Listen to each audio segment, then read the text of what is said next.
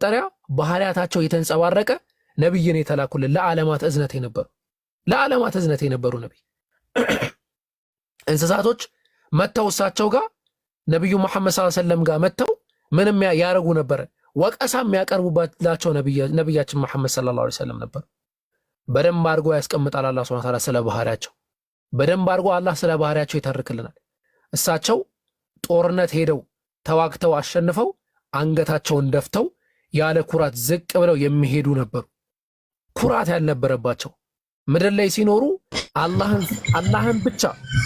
አላህን ብቻ በማምለክ አላህን ብቻ በማጥራት የኖሩ ናቸው ነብዩ መሐመድ ሰለላሁ ዐለይሂ ወሰለም 64 ዓመት በምድር ላይ ይኖሩ 40 ዓመቱን ከነብይነት በፊት በእስልምና መንገድ ላይ ሙስሊም ሆኖ የቆዩ ከዛ ከ40 ዓመት በኋላ በነበራቸው ሂደት ላይ ቁርአንን ባለ 23 ዓመታት ተቀበለው ያንን ያስተማሩ ዓለም ላይ በእስልምና የሚነሳ ማንኛውንም ጥያቄ መልስ ይሰጡ ነብያችን መሐመድ ሰለላሁ ዐለይሂ ወሰለም ዓለም ላይ ያሉ ችግሮች መፍትሄ ያመጡ ነብያችን መሐመድ ሰለላሁ ዐለይሂ ወሰለም ያንንም አስመልክቶ ደግሞ እንዲህ ደግሞ ስንላችሁ ምን እንዳታስቡ መሰላችሁ ነብዩ መሐመድ ሰለላሁ ዐለይሂ ወሰለም በቃ አንድ ደካማ ሰው ናቸው ደግሞ ብላችሁ እንዳታስቡ የጀግኖች ጀግና ነበሩ በውጊያ ቦታ ላይ ሙሉ ሰሃቦች ከጀርባቸው ነበር የሚቀመጡት ከጀርባቸው ይደበቁ ነበር ጦርነቱ በሚፋፋም ጊዜ ያን ያህል ደረጃ ጠንካራ ነበሩ ያን ያህል ደረጃ አዛኝ ነበሩ ያንን ሁሉ ሀገረ መንግስት ሲያስተዳድሩ በጣም ረጅም ጊዜ ሲያስተዳድሩ ሚታረገ ባክ ያንን ምድር ሲያስተዳድሩ ኩራት ግን አልያዛቸው ነበር ወርደው አንዲትን ህፃት አንቺ ሴት ሆይ አንቺ ልጅ የሆነ ጊዜ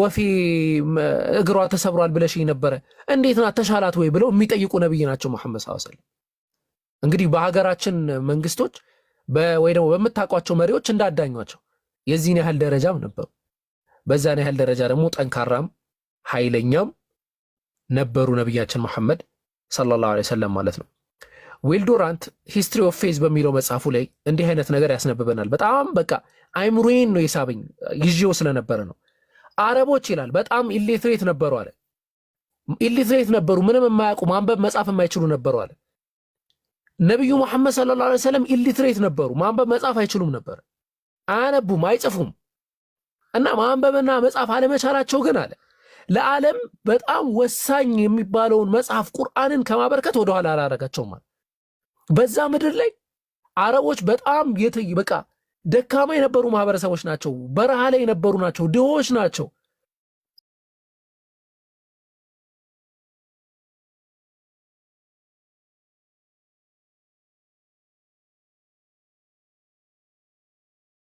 ሚሊተሪ ፓወር ሰጥቷቸው ከፍተኛ ዕውቀት ሰጥቷቸው ከፍተኛ ፓወር ሰጥቷቸው እና ያንን ማድረጉ ሚስጥሩ ይላል ዊል ዱራንት ነው ይሄንን የሚናገር ያን የማድረጉ ሚስጥር የሆነ ነገር ከኋላው ባይኖረው ዝም ብሎ የሚታው አይደለም እንደው ብንል ማለት ያለብን በሜዲቫል ፔሪየድ ላይ ካሉ ሰዎች በላጩ ነብዩ መሐመድ ሰለላሁ ዐለይሂ ወሰለም መሆናቸውን መመስከር አለብን ብሎ ያስቀምጠው ሱብሃንአላህ ማን ነው የሚናገረው ዊል ዱራንት ነው ሂስቶሪያን ነው ሙስሊምም አይደለም ጭራሽ የዓለምን ሂስትሪ ባጠናበት መጽሐፉ የሃይማኖትን ሂስትሪ ባጠናበት መጽሐፉ የተናገረው ነው እሺ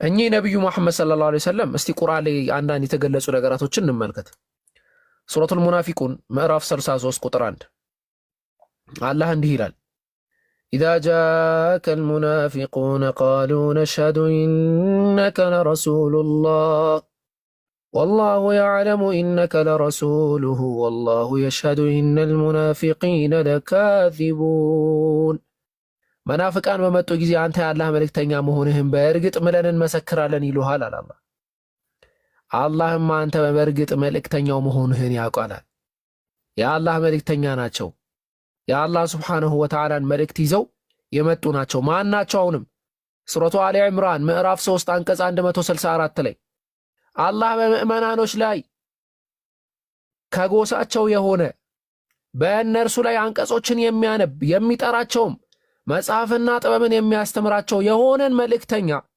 በውስጣቸው በላከ ጊዜ ይላል لقد من الله على المؤمنين إذ بعث فيهم ረሱለን ሚን አንፉሲሂም ከነሱ የሆነ መልእክተኛ የትሉ ዐለይሂም አያቲህ የአላህን አንቀጾች የሚያነብላቸው ወዩዘኪሂም የሚያጠራቸው ወዩዓሊሙሁሙል ኪታበ ወልሕክማ መጽሐፍንና ጥበብን የሚያስተምራቸው ወኢን ካኑ ሚን ቀብሉ ለፊ ضላሊን ሙቢን ከሳቸው በፊት ግን ግልጽ የሆነ ጥመት ላይ ነበሩ ብለው ነው የሚያስቀምጡት ነቢያችን መሐመድ ሰለላሁ ዐለይሂ ወሰለም። እኚህ ነቢይ ለማን ነው የተላኩት? ለጎሳ ነው ወይ የተላኩት? ለሆነ ሀገር ነው ወይ የተላኩት? ሱረቱ ሰባ ምዕራፍ 34 ቁጥር 28 ላይ አንተም ለሰዎች ሁሉ በመላ አብሳሪ አስፈራሪ አድርገን ቢሆን እንጂ አላክንህም ይላል አላህ ሱብሓነሁ ወተዓላ። ወማ አርሰልናከ ኢላ ካፈተን ሊናስ ካፋ ጠቅላይ የሆነች ቃል ናት። ለሁሉም ሰው ነው የላክንህ። ነቢያችን መሐመድ ሰለላሁ ዐለይሂ ወሰለም በሐዲስ ላይ ከሌሎች አንቢያቶች በብዙ ነገር ተለይቻለሁ፣ ከዛ መካከል ለዓለማት ነው የተላኩት ብለው ነው ያስቀምጡት። እኚህ ነቢይ ማካነ ሙሐመዱን አባ አሐድ ሚን ሪጃሊኩም ወላኪን ረሱለላህ የአላህ መልእክተኛ ነበሩ። ወኻተመ ነቢይን የነቢያትን መደምደሚያ ነበሩ። ይሄ ነበረ ስማቸው፣ ማንነታቸው ማለት ነው። ህይወታቸውን ስንመለከት በህይወታቸው ሲኖሩ በጣም ቀለል ያለ ህይወትን የኖሩ የተካበደ ህይወትን ያልኖሩ የሆነ ጊዜ አላህ ሀብት ሲሰጣቸው አላህ የሆነ ነገር ሲሰጣቸው በጊዜው 100 ግመልን አንስተው ሰደቃ ሰጡት። አንዱ ሄደና አንተ ያላህ መልእክተኛ ነህ ይሁዲ ነው ሰደቃ ስጠኝ አሉት። በቃ ቸግሮኛል የሆነ ነገር ስጠኝ አላቸው። 100 ግመል አንስተው ሰጡት። ደነገጠ። ኧረ ህዝቦች ያለ ይሄ አካል ነብይ ነው። 100 ግመል ማለት 100 ቦይንግ ነው። በአሁን ጊዜ ቦይንግ አይሮፕላን ታውቃላችሁ አይደል? ያን ያህል ቢሆን ነው በዛ ጊዜ ሑምር የሆኑ በጣም ውብ የሆኑ 100 ግመሎችን አንስተው ሲሰጡት ሻሃዳ ነው የያዘው ቀጥታ። ምክንያቱም ይሄ ምን አይነት ሰው ነው? ረሃብን የማይፈራ የሆነን ነገር የማይፈራ ምን አይነት ነብይ ነው? ሰው ሻሃዳ ነው የሚይዘው አለ ቀጥታ ዘን።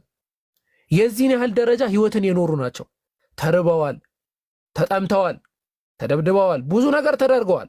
ያ ሁሉ ግን የአላህን መንገድ ማቅናትን መሰረት ያደረገ ነብያችን መሐመድ ሰለላሁ ዐለይሂ ወሰለም ጦርነት ላይ ተከበው በጣም የሚበሉት የሚጠጡት አጥተው ሰሃቦች በቃ ነብዩ ጋር ሄደን የሆነ ነገር አድርጉን በልብለው መጡ።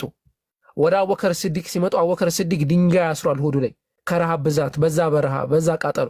እንግዲህ አረብ ሀገር ያላችሁ ሰዎች ታውቃላችሁ። እና በዛ ረሃብ ላይ ሆኖ አቡበከር ሲዲቅን ርቦናል አንተ ሆይ ሲሉት ና በቃ ነብዩ ጋር እንተያይዘን እኔም ያው አሰሬን ያለውት አሉ።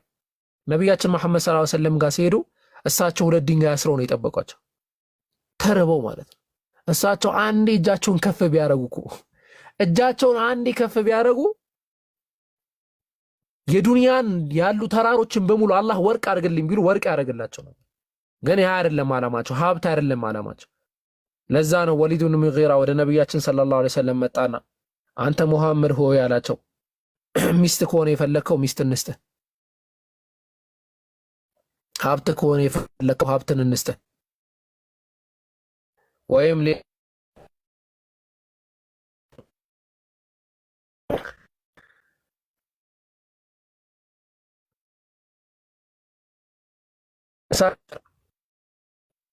هل فرغت يا ابن الوليد يا ابن المغيرة አሁንም ጨረስኩ ያሉት። አዎ ጨርሻለሁ አለ።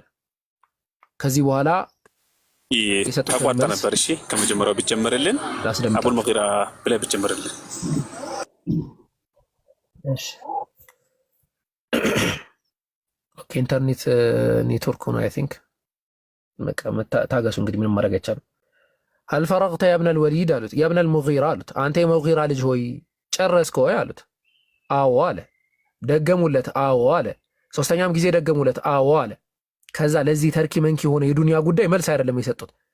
ቃለ ቢስሚላሂ ራህማኒ ራሂም በአላህ ስብሓነሁ ወተዓላ ስም እጅግ በጣም ሩህሩህ እጅግ በጣም አዛኝ በሆነው ሐሚም ተንዚሉ ሚን ራህማኒ ራሂም ከዓለማት ጌታ ከአላህ ስብሓነሁ ወተዓላ የተወረደ ነው።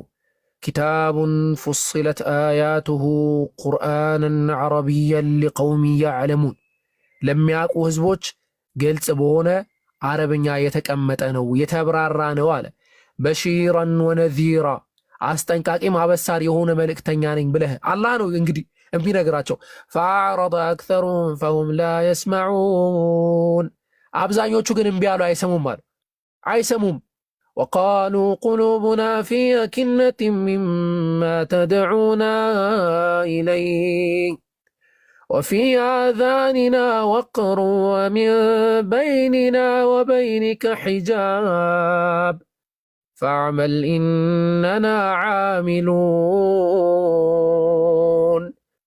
قل إنما أنا بشر مثلكم يوحى إلي أنما إلهكم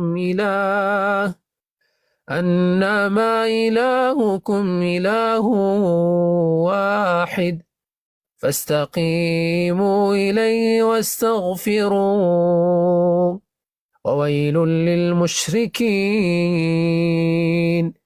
እና እነዚህ አካላቶች ምንድነው የሚሉት ሲባል እኛ እንግዲህ ምጠራን ነገር ግልጹ ነው ምን ነገር ምጠራን ነገር አልተመቸንም ማለት በቃ ልባችን ከንክኖናል አልተመቸንም አልፈለግንም ወፊ አዛኒና ወቅር ጆሮአችንም አይሰማም አንተም በቃ ኦኬ ደንቆሮን ላንተ ስንል በእኛና በአንተ መካከልም ግርዶ አለ ተወናሉ እንደዛ ብለው ይናገራሉ አላህ Subhanahu እንግዲህ አላህ ነው እየተረከ ያለው ግን አስቀመጠላቸው አላህ Subhanahu እነዚህ አካላቶች እስከ ሱረቱል ፉሲለት አንቀጽ 13 ድረስ ነው ነብያችን መሐመድ ሰለላሁ ዐለይሂ ወሰለም የቀሩት እና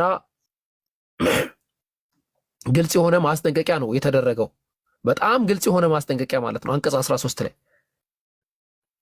አላህ እንዲህ አለ ፈይና አረዱ እምቢኝ ግን ካሉ አለ فقل أنذرتكم صاعقة مثل صاعقة عاد وثمود عادنا ثمود ላይ እንደወረደው አይነት አደገኛ ቅጣት አደገኛ መቅሰፍት አስጠነቅቃቸዋለሁ በላቸዋል አላህ Subhanahu እና በዛ ደረጃ ያለፉ ናቸው ነብዩ መሐመድ ሰለላሁ ዐለይሂ ወሰለም እንዳልኩሽ ህይወትን ቀለል አድርገው ነው የኖሩት በጣም ቀለል አድርገው ነው የኖሩት በጣም ማለት ነው ያ ይሄን ያህል ደረጃ የሆነ ሰዓት ይቸገሩ ነበር ሲያገኙ ደግሞ በጣም ሰጪ ነበሩ ሰደቃን ያበረታቱ ነበር ከዛ ውጪ ወደ ኖርማል ላይፋቸው ስንሄድ ነብያችን መሐመድ ሰለላሁ ዐለይሂ ወሰለም ሚስቶች ነበሯቸው እነዛ ሚስቶቻቸውን እያንዳንዱ ሚስቶቻቸውን ያገባው በአላህ Subhanahu Wa Ta'ala መንገድ ለአላህ Subhanahu Wa Ta'ala አስተምሮ ሲባል ነው ኸዲጃ ረዲየላሁ ዐንሃ በጣም ታግዛቸው ነበር በእድሜ ከሳቸው በጣም ትበልጥ ነበር እና በዛ በለጋነት እድሜያቸው ነብዩ መሐመድ ሰለላሁ ዐለይሂ ወሰለም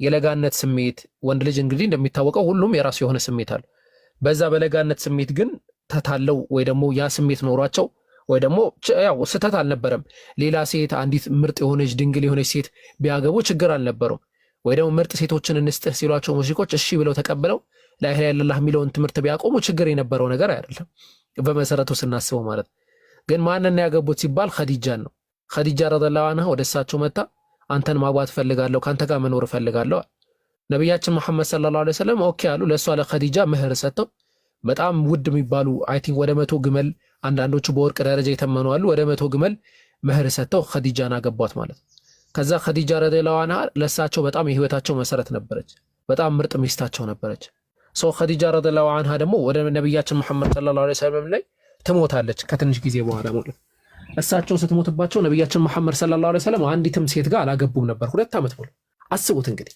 2 ዓመት ሙሉ ወጣትነታቸውን የፈጁት ከኸዲጃ ጋር ነው ከዛ በኋላ 2 ዓመት ሙሉ አላገባቸው ነበር ከዛ አንዲት ሴት ወደ ነብያችን መሐመድ ሰለላሁ ዐለይሂ ወሰለም ጋር መጣ ያ ረሱላህ አንተ የአላህ መልእክተኛ ሆይ አላ ተተዘወጀ አታገባም ወይ አለቻቸው ለምን አታገባም ሳታገባ ብዙ ቆይተሃል እስቲ ማን ነው ማገባው ማን ነው አሉ አይ 2 አካላቶች ናቸው ቢክራን ወሰይባ ቢክራ አለች ድንግል የሆነች ከፈለክ ደግሞ ኖርማል ከዚህ በፊት ተገብታ የተፈታች አለቻቸው ከዛ ነብዩ መሐመድ ሰለላሁ ዐለይሂ ወሰለም እሽታቸውን ሲገልጹላት እርሷ ትሄድና ወደ ኸውላናት ትሄድና ወደ ሰውዳና ወደ አይሻ ረዲየላሁ ዐንሃ ቤት አባትና እናቷ ጋር ሁለቱም ጋር ሄዳ ሁለቱንም ለጋብቻ ትጠይቃለች የና ሁለቱ ጋብቻ መጠየቅ ላይ በጣም ትልቅ አስተምሮ አለው ለኛ ሙስሊሞች ማለት ነው ነብያችን መሐመድ ሰለላሁ ዐለይሂ ወሰለም በእድሜ በጣም ገፋች ከምትባለው ሰውዳ ወይም ደግሞ ኸዲጃ ጋር ተጋብተዋል በእድሜ ደግሞ በጣም ለጋናት ከምትባለው አይሻ ረዲየላሁ ዐንሃም ጋር ተጋብተዋል ከሁለቱም ጋር ግን በፍቅር በሚገርም ሁኔታ ኖሯል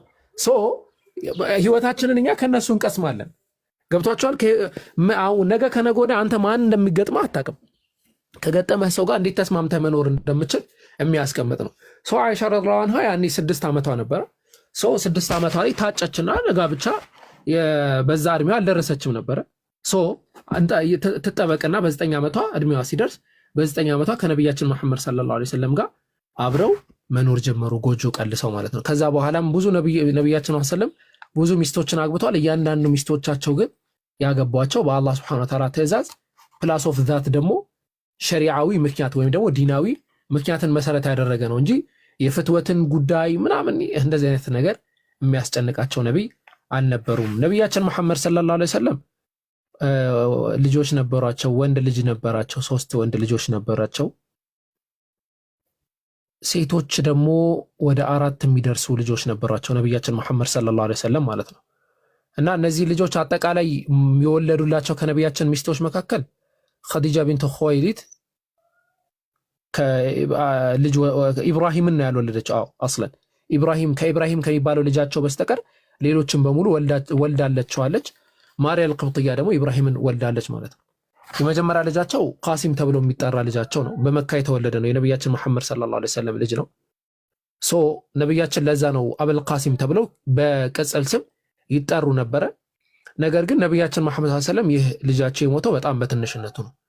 ከዛ በኋላ ዘይነብን ነብያችን መሐመድ ሰለላሁ ዐለይሂ ወሰለም ተወለደላቸው። ከዛ ሩቅያ ተወለደችላቸው። ከዛ ኡም ኩልሱም ተወለደላቸው። ከዛ ፋጢማ ተወለደችላቸው። እነዚህ በተወሰነ ደረጃ አድገዋል። ከዛ በኋላ አብደላህ የሚባል ልጅ ተወለደላቸው። እንዲህ እያሉ ተጠራ። አብደላህም በገና በልጅነቱ ነው የሞተው። ኢብራሂም የሚባልም ልጅ ተወልዶላቸው ነበረ። ኢብራሂምም ገና በልጅነቱ ነበር የሞተው። እንደውም ማስታውሳለሁ ብዙ ጊዜ ሐዲሶችን ስቀራ እንደ ደርስ ስንማማር ድሮ በጣም በቃ ከልቤን የሚነኩኝ ሐዲስ የኢብራሂም ጉዳይ ነበርና ኢብራሂም ማለት ነብያችን መሐመድ ሰለላሁ ዐለይሂ ወሰለም ወንድ ልጅ የላቸውም ተብሎ ሰዎች በሚያላግጡባቸው ሰዓት አብተር ነው ዘረ ቆራጣ ሆነ የሚወርሰው የለውም ትምህርቱን የሚያስተላልፍለት የለውም በሚልበት ሰዓት አላህ Subhanahu Wa Ta'ala የሰጣቸው ልጅ እና በተወለደ በትንሽ ጊዜው ነው የሞተው። ትንሽ ጊዜ በኋላ ነብያችን መሐመድ ሰለላሁ ዐለይሂ ወሰለም እያስተማሩ ባለበት ያ ረሱላህ ኢነ ኢብራሂም ያህተድር አንተ መሐመድ ሆይ ና ኢብራሂም ሞት አፋፍ ላይ ነው ያለው ናና ድረስ ተብለው ነብያችን መሐመድ ሰለላሁ ዐለይሂ ወሰለም የተጠሩበት ነውና በእጃቸው የቀበሩት ነው ልጃቸው እና በእጃቸው ቀብረው ነብያችን መሐመድ ሰለላሁ ዐለይሂ ወሰለም ልጃቸውን አንተ ኢብራሂም ሆይ 2 መላእክቶች መጥተው ሲጠይቁ አባቴ አምላክህ ማን ነው ስትባል አላህ ነው፣ ነብይህ ማን ነው ስትባል ደግሞ አባቴ ነው ብለህ ነገራቸው ብለው ይሉ ነበር በአንዳንድ ዘገቦች እንደመጣው ማለት ነው። እና ኢነል ቀልበ ላ ያሕዘን ወኢነል ዐይነ ለተድመዕ ወኢነ ዐላ ፊራቅከ ለኢብራሂም ለመሕዙኑን ልብም ያዝናል አይንም ያነባል እኛ አንተም በመለየታችን ኢብራሂም በጣም አዝነናል ብለው ነብዩ ሐዘኔታቸውን የገለጹበት ነው። ከዛ በኋላ ደግሞ ህይወታቸውን እየቀጠሉበት ነው ማለት ነው። እና እንደዛ ነው። ይሄ ነብያችን መሐመድ ሰለላሁ ዐለይሂ ወሰለም አጠቃላይ ታሪካቸውን መሰረት ያደረገ ነው። ልጆቻቸውን እንደዚህ ነበሩ ህይወታቸው የኖሩት እንደዚህ ነበረ። ሚስቶቻቸውን ማስመልክቶ ነብያችን መሐመድ ሰለላሁ ዐለይሂ ወሰለም ኸዲጃ ቢንት ኹወይሊድን አስቀምጠዋል። ከዛ በኋላ ሰውዳ ቢንት ዘምዓ አለች። ሰውዳ ቢንት ዘምዓ ተገብታ የተፈታች ናት። ኸዲጃ ቢንት ኹወይሊድ ተገብታ የተፈታች ናት እና ልክ ሰሒህ አልቡኻሪ ሰሒህ ሙስሊም አይ ቲንክ ሰሒህ ሙስሊም ሐዲስ ቁጥር 2436 ላይ የሐዲስ ምናምን ስተት የቁጥር ስተት ኢንኬዝ ልሳሳት እችላለሁ ሪዲንግ ሞር ላይ ስላልሆን ከያለሁት ቁጥር ስተቶች ምናምን ከተሳሳትኩኝ ጀስት ያዙና አሳውቁኝ መጨረሻ ላይ እናያቸዋለን። እና ሰሒህ ሙስሊም ሐዲስ ቁጥር 2436 ላይ ነብያችን መሐመድ ሰለላሁ ዐለይሂ ወሰለም አይሻ ረዲየላሁ ዐንሃ በዘገበችው ሐዲስ ላይ ለምን የተዘወጂ ነብዩ ሰለላሁ ዐለይሂ ወሰለም على خديجة حتى مات خديجة እስከምትሞት ጊዜ ቀን ድረስ ነብያችን መሐመድ ሰለላሁ ዐለይሂ ወሰለም እሷ ላይ እንዳላገቡ ተነግሯል። ከዛ በኋላ እሷም ተገብታ የተፈታች ናት እንዳልኩሽ። ከዛ በኋላ ሰውዳ ነብያችን መሐመድ ሰለላሁ ዐለይሂ ወሰለም አስቀምጣ አግብተዋታል። ከዛ በኋላ አይሻ ረዲየላሁ ዐንሃ አለች።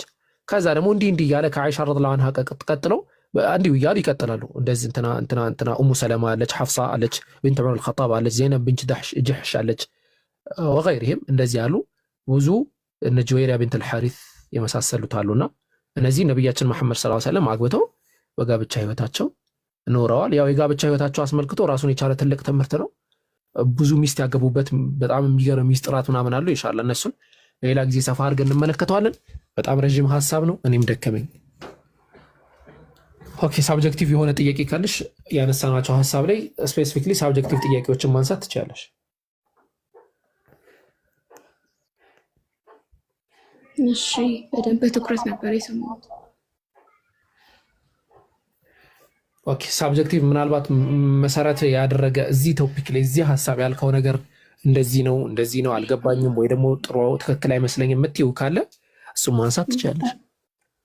ካልሆነ ደግሞ አይቼው አብራቸው አጣጣሚው ልምጣም ደግሞ ከሆነ አይተሽ አብላልተሽ አጣጥመሽ መምጣት ትችላለሽ። ነው በጣም ጥሩ። ግን ከዛ በፊት አንድ ነገር ልበል። ኦኬ እሺ እና እኔ ስለ እስልምና ለማወቅ ስፈልግ ያለ ማንም ተጽዕኖ በራሴ ፍላጎት ነበርና ምናልባት በደንብ መረዳት እንድችል አንተ የምትጠቁመኝ ማንበብ ያለብኝ መስማት ያለብኝ ነገሮች ካሉ ምክንያቱም በቂ ሆኜ የሆነ ሰዓት አምኜ ወደ አንዱ ብዬ አምኜ እስልምና ላይ ለመግባት ስበቃ ከዚህ ወደዚህ የሚባል ነገር እንዲኖር አልፈልግም። ምክንያቱም አንዱ ነው ልክ ብዬ እንድመጣ ይሄን ትቼ ይሄን የሚሆን ነገር አልፈልግም። ሁሉም ልክ እንዳልሆነ አንዱ ነው ይሄ ነው ልክ ብዬ እንዳምን የምታግዙኝ መጽሐፍ የሆነ ነገር ካለ ሪኮመንድ የምታደርጉኝ በራሴ አንብቤ ጥያቄ ሲኖረኝ እንድጠይቅ። ኦኬ እስልምና ላይ ለሚነሱ ጥያቄዎች እኔ በመሰረቱ የኔን መጽሐፍ ሪኮመንድ አደርግሻለሁ። እስልምና ላይ ለሚነሱ ጥያቄዎች ማለት ነው እሰጥሻለሁ፣ ችግር የለውም። ከዛ ውጪ ለጀማሪዎች የሚሆኑ መጽሐፍቶች አሉ። ኡስታዝ አቡ ሃይደር አላህ ሱብሃነሁ ወተዓላ ይጠብቀው፣ አላህ ሱብሃነሁ ወተዓላ ስራው ይጠርለትና ኢስላም የሚል መጽሐፍ አለው። ኢስላም የነቢያት ሃይማኖት የሚል መጽሐፍ አለው እና እነዛን መጽሐፍቶች ጀስት ኮንታክት ሚ በሆነ ሰው አማካኝነት አንቺ ጋር ደርስልሻለሁ። እንዲሁም ሌሎች ብዙ መጽሐፍቶች አሉ። እነዛን መጽሐፍቶች አንበሽ መድረስ የምችልበት እንትን ይኖራል። ከዛ ውጭ ደግሞ አይ ሰፋ ያለ ጥናት ነው የምፈልገው፣ ሰፋ ያለ ምርመራ ነው የምፈልገው ካልሽ ደግሞ ያንን ሰፋ ያሉ ምርመራዎችን ደግሞ የምታገኝባቸው ቴሌግራም ላይ ኮንታክት አድርጊኝና ቴሌግራም ኦኬ እንዴት ታደርጊያለሽ? እስቲ እንትን በቃ እዚሁ ቲክቶክ ላይ ኮንታክት አድርጊኝና ቴሌግራም ላይ ተገናኝተን ትምህርቶችንም የምታገኝበትን መንገድ ጽሁፎችም ብዙ ጽሁፎች አሉ እኛም ጋር እነዛን ጽሁፎች የምታገኝባቸውን መንገዶች እንትን እናደርግልሻለን። አላህ ሱብሃነሁ ወተዓላ ይህንን የእውቀት የመፈለግን መንገድ ቀለል ላይ ያድርግልሽ። እንግዲህ ያንን ነው የምመኘው። አመሰግናለሁ። ኦኬ እሺ ኦኬ በውስጥ አስቀምጣለሁ መልእክት። በጣም አመሰግናለሁ። እሺ ችግር የለውም። ሰላም በዳሳ ሰላም ብያለሁ። ሰላም እንደና እኔና ሰላም ነህ? አለን። ኦኬ የተናገርኩት ነገር ላይ ተቃውሞ አለ? አይ እኔ እኮ እንትን ገና አሁን ስለገባው ትንሽ ቆየው እንጂ እኮ የተናገርኩት ነገር ተቃውሞ አለ? አይ የለኝም። ኦኬ እሺ ጥያቄ ትጠይቃለህ? አዎ ከፈቀዳችሁልኝ ትጠይቃለህ ነው ያልኩት። አዎ ለመጠየቅ እፈልጋለሁ። እኔ መጠየቅ ስለፈን ጥያቄ ትጠይቃለህ ነው ያልኩት። ትጠይቃለህና ትጠይቃለህ ይለያያል። አዎ ትችላላችሁ። እሺ ጠይቅሽ። እሺ አይ መጽሐፍ ቅዱስን ስለምታነቡ መጽሐፍ ቅዱስንም ታውቃላችሁና ታነባላችሁና ስለዚህ ደግሞ እስካሁን ካነበባችሁትና ከተረዳችሁት ነገር ስለ ኢየሱስ ክርስቶስ የተጻፈውን ምን ትላላችሁ? ወይስ ደግሞ ኢየሱስን ማን ትላላችሁ እናንተ እንደ ሙስሊሞች ማለት ነው? ኢየሱስ ክርስቶስ እሱ የሕያው የእግዚአብሔር ልጅ ነው ይላል አይደለ? እንትና ጴጥሮስ የሰው ልጅ ማን ይሉታል ሲባል አይደለ? በዴሳ አዎ የሕያው የእግዚአብሔር ልጅ ነው የሚለው እኛ ኤክስፕሊሲትሊ እንመለከተዋለን። ኤክስፕሊሲትሊ ኢንሴንስ ምን ማለት ነው? የሕያው የእግዚአብሔር ልጅ ነው የሚለውን ለምሳሌ ማቴዎስ ወንጌል ላይ ያለውን ዘገባ በማርቆስ ወንጌል ላይ ስትመለከተው ወይም ሌሎች ዘገባዎች ላይ ብትመለከተው የእግዚአብሔር ልጅ የሚለው ቃል መሲህ ማለት ነው። ቅቡዕ የተቀባ እንደማለት ነው የሚጠቀሙት በእነሱ ዩዜጅ ማለት ነው። መሲህ ቅቡዕ መሆኑን እናምናለን። ኢየሱስ ክርስቶስ መሲህ መሆኑን በልብህ ብታምን ነው የሚለው። መሲህ ወይም የተቀባ መሆኑን ብታምን ይላል። እኛ ኢየሱስ ክርስቶስ የተቀባ መሆኑን እናምናለን በመሰረቱ ማለት ነው። ለዛ ነው ማርቆስ ወንጌል የመጨረሻው ምዕራፍ ላይ ኢየሱስ ክርስቶስ ተሰቀለ ምናምን ከሚለው ትንታኔ በኋላ የኢየሱስ ክርስቶስ ሐዋርያት በመንገድ ላይ እየሄዱ ኢየሱስ ክርስቶስ ራሱ ይመጣና ስለማን እያወራችሁ ነው ብሎ ይጠይቃቸዋል። ይህ ስለምንድን ነው ሲላቸው ይህ ስለምንድን ነው ሲሏቸው በእግዚአብሔርና በሰው ፊት አስተውሉ፣ በእግዚአብሔርና በሰው ፊት በስራ ሁሉ የከበረ ይሁን ምናምን ስለነበረው ስለ ክርስቶስ ኢየሱስ ነው ብለው ነው የሚያስቀምጡት። ኢየሱስን ክርስቶስ በሰውና በእግዚአብሔር ፊት ሕያው ስለነበረው ስለ ክርስቶስ ነው ብለው ያስቀምጡለታል። እሱም ያንን ነገር አልነቀፋቸውም። ሌላው ኢየሱስን ማን ብላችሁ ታምኑታላችሁ? ኢየሱስን ሰው ነው ብለን እናምናለን። ፉል የሆነ ሰው ነው፣ ልክ እንደኛ የሆነ ሰው ነው ብለን እናምናለን። ለዛ ነው የዮሐንስ ወንጌል ምዕራፍ 8 ቁጥር 40 ላይ ኢየሱስ ክርስቶስ ሰው መሆኑን ግልጥ አድርጎ የሚያስቀምጠው። ግልጥ አድርጎ ሲያስቀምጥ ምን ይላል? ከእግዚአብሔር የሰማውን ሰው ልትገሉኝ ትፈልጋላችሁን? አብርሃም እንዲህ አላደረገም አለ። ከማን የሰማ ነው? ከእግዚአብሔር የሚሰማ ማን ነው? ሰው ነው። ያን ከእግዚአብሔር የሚሰማ ነቢይ ከእግዚአብሔር የሚሰማ አካል ነው ብለን እናምናለን። በተጨማሪም ኢየሱስ ክርስቶስ ነቢይ ነው። ነቢይ ስለነበረው የቀደሙ ማርቆስ ጥቅስ ላይ ነቢይ ስለነበረው ነው የሚለው ጥቅሱ። መሲህ ነው። ከዛ በኋላስ ምንድነው? ከእግዚአብሔር የሚሰማ የነበረ አካል ነው። ያ ነው ዮሐንስ ወንጌል ምዕራፍ 17 ቁጥር 3 ላይ የዘላለም ሕይወትን ብቻ እውነተኛ አምላክ የሆንክ አንተም የላከውም ኢየሱስ ክርስቶስ ያውቁ ዘንድ ይህች የዘላለም ሕይወት ናት ይላል። ሰው ኢየሱስ ክርስቶስ እንደዛ ነው ብለን እናምናለን። ይህ አስተምሮ የኛ ብቻ አስተምሮ አይደለም። አምላክና ኢየሱስ ክርስቶስን መለየት የሚጀምረው ከኛ አይደለም፣ በመሰረቱ ማለት ነው። ከኛ ሳይሆን ሐሳቡ መጀመሪያ ደረጃ የሚጀምረው በደንብ አድርጋችሁ አስተውሉ። መጀመሪያ ደረጃ የሚጀምረው ከሐዋርያት ነው። ሐዋርያት ከዛ በኋላ ደግሞ ከሐዋርያት ቀጥሎ የመጡት ትላልቅ አበዎች አፖስቶሊክ ፋዘርስ ብለን የምንጠራቸው ሙሉ በሙሉ ኢየሱስ ክርስቶስን ከአምላክ ለይተው ነበር የሚያስቀምጡት ሙሉ በሙሉ ማለት ነው። እነ ኢግናሽየስን መመልከት፣ እነ ክሌመንትን መመልከት ይቻላል። ለምሳሌ ኦልደስት የሆነው ወይም ደግሞ በጣም የቆየው የሐዋርያን አበው ወይ ደግሞ የሐዋርያት ተማሪ በማን ነው? ኤፌሶን ላይ ተጠቅሶ ፊልጵስዩስ ላይ ተጠቅሷል ክሌመንት እና ፊልጵስዩስ ላይ የተጠቀሰው ክሌመንት ኦፍ ዘ ሩም ተብሎ የሚሰኘው አካል ወደ ሆነ ከተማ በጻፈው የቤተክርስቲያን ደብዳቤ ላይ ምን ብሎ ነው ያስቀመጠው? አምላክን በኢየሱስ ክርስቶስ በኩል ለአምላክ ክብር ይሁን ብሎ ነው ያስቀመጠው። ኢየሱስ ክርስቶስና አምላክን ሊትራሊ ለይቶታል። ማንን ከማን? አምላክ ከኢየሱስ ክርስቶስ ለይቶ ነው ያስቀመጠው እና ያንን እኛ ሙሉ በሙሉ እንቀበላለን። ከዛ በኋላም ያሉ በጣም ብዙ ሐዋርያነ አበው የምንላቸው ከዛ በኋላ ደግሞ ከሐዋርያነ አበው ቀጥሎ የመጡ ቸርች ፋዘሮችንም ሁሉንም ማስቀመጥ ይቻላል።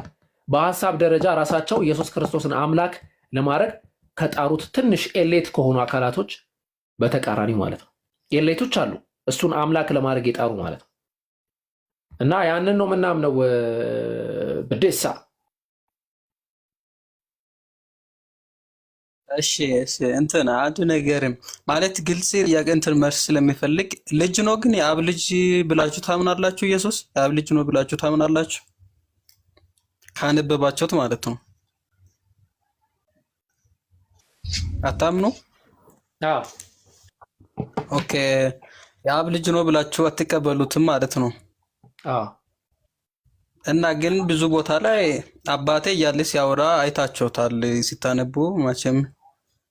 አባቴ እያለ ሲያወራ ነበረ ብዙ ቦታ ላይ። አባት የሚለውን ቃል ሚልኪያስ ምዕራፍ 2 ቁጥር 10 ላይ በተመሳሳይ ደረጃ አባት የሚለውን ቃል ይጠቀሙታል አይሁዶች። ለእኛስ አንድ አባት ያለን አይደለም ወይ ይላሉ። አባት የሚለውን ተርም እነሱ የሚጠቀሙት ከምን አንጻር ነው የሚለውን እናስቀምጣለን እና ከዛም አንጻር ግን ቢሆን እኛ ተርሙ ትክክል ነው ብለን አናምንም። ግን ኢየሱስ ክርስቶስ ከነሱ የተለየ አባትነት ወይም ከነሱ የተለየ ልጅነት የለውም። አሁን ያልከው ራሱ ስህተት ነው። ለምሳሌ እንዴት ስህተት እንደሆነ ላሳይ። በዴ ሰማ ኢየሱስ ክርስቶስ ለምሳሌ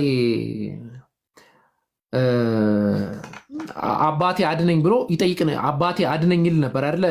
በዴሳ ኢየሱስ ክርስቶስ አይሰማኝም ነበር። እስቲ እንደገና ያል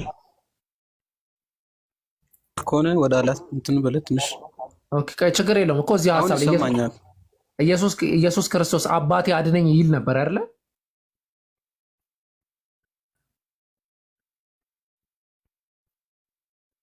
በዴሳ አዎ። እሺ ኢየሱስ ክርስቶስ አባቴ አድነኝ ሲል የሚናገረው መለኮቱ ነው አባቴ አድነኝ የሚለው ወይስ ስጋው ነው? ኦኬ እኮ እዚህ ጋር እኮ አይነጣጠልም እኮ ልጁ የእግዚአብሔር ልጅ ነው እሱ። የተናገረው ልጁ ነው ማለት ነው። ማንነቱ እግዚአብሔር ልጅነቱ ነው፣ ስጋው አይደለም ማንነቱ እኮ መለኮት ነው እኮ መለኮት ነው አድነኝ። መለኮት ድነት ይፈልጋል። በሬሳ ቆይ መለኮት ድነት ይፈልጋል።